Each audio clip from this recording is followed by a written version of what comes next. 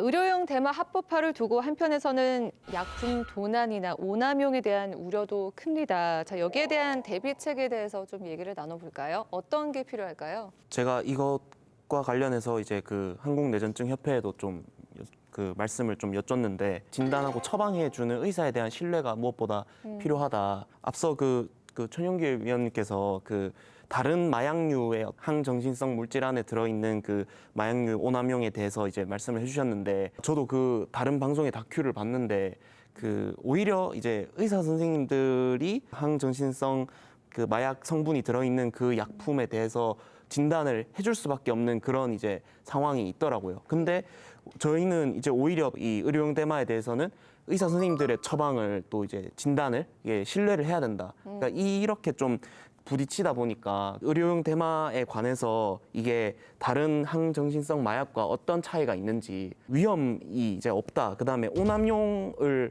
할 수 있는 그런 뭐랄까요 그 원인이라 해야 되나요? 근거가 어떤 것이 있는지 그것에 대해서 조금 그 이해하고 그 인식을 좀 개선할 수 있는 그런 움직임이 좀 필요하다고 생각을 합니다. 예. 두 가지가 있는 것 같은데요. 그 의료용 대마로 사용하는 CBD 성분에서는 이 환각성 물질이나 효과가 없다라고 지금 보고 있습니다.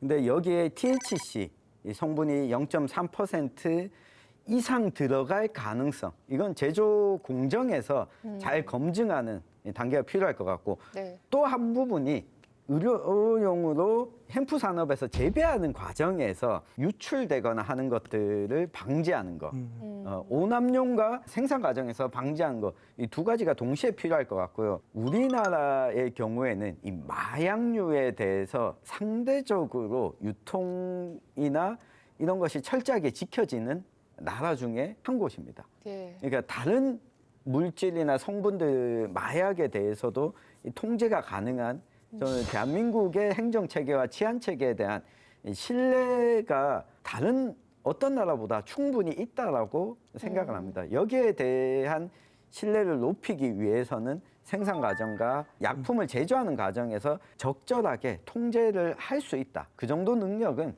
대한민국이 가지고 있다. 이렇게 생각을 해주셨으면 좋겠습니다. 이 약품의 뭐 오용, 오남용에 대해서 기존의 식약처 입장인데 이거는 말도 안 된다는 그런 생각을 합니다. 왜냐하면 뭐 저희들도 TV를 통해서 많이 봤지만은 요즘 프로포폴, 뭐 졸피뎀 이런 걸로 인해 가지고 지금 사건 사고가 굉장히 많은데 그럼에도 불구하고 이게 의약품 승인 취소가 되질 않아요. 그건 결국은 필요로 하는 사람들이 있고 꼭 필요하기 때문에 그런 승인을 취소를 안 하는데 이 대마를 의약품으로 쓰는 것도 마찬가지일 것 같습니다. 아직까지 승인은 안 하고 있지만은 필요로 하는 사람들이 굉장히 많이 있거든요, 지금. 그런 분들에게는 반드시 필요하고 어떤 유일한 치료제이기 때문에 이건 좀 허용이 돼야 된다고 봅니다. 그래서 이런 걸로 인해서 뭐 우려를 한다는 거는 수십 년 동안 내려온 생각들이 아직도 지금 주무부처에서 바뀌지 않고 있다는 것입니다.